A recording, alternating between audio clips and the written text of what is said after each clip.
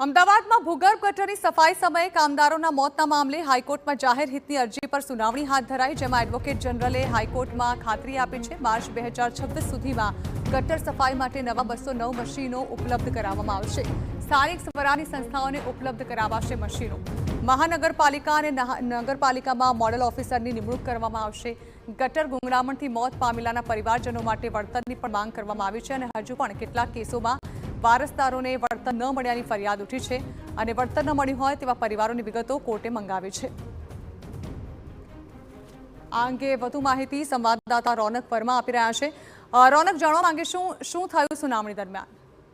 બિલકુલથી રાજ્યમાં manual scavenging એટલે કે ગટર સફાઈ દરમિયાન જે માનવીય જે સાફ સફાઈ કરવામાં આવતી હોય છે, કામદારોને ગટરમાં ઉતારવામાં આવતા હોય છે, તેના લીધે ઘણા કિસ્સાઓમાં તેમના મોત નિપજવા સુધીની ઘટનાઓ છે તે સામે આવતી હોય છે અને આવી જ ઘટનાઓ બાદ ગુજરાત હાઈકોર્ટમાં જાહેર રીતની અરજી કરવામાં આવી હતી, જેના પર સમયાંતરે સુનાવણી ચાલતી આવી છે, જેમાં આજે વધુ એક વખત સુનાવણી હાથ ધરાઈ અને રાજ્ય સરકાર વતી એડવોકેટ જનરલે ગુજરાત હાઈકોર્ટમાં ખાતરી આપી છે કે માર્ચ 2026 સુધીમાં નવા 209 જેટલા અત્યાધુનિક મશીનો છે તેને લોકલ બોડીમાં ઉપલબ્ધ કરવામાં આવશે।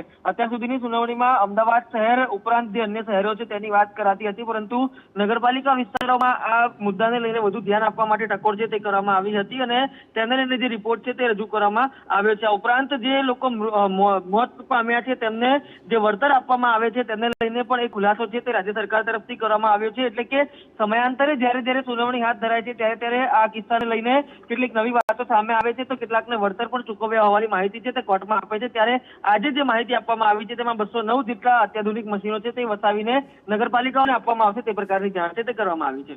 જી બિલકુલ રોનક, આભાર।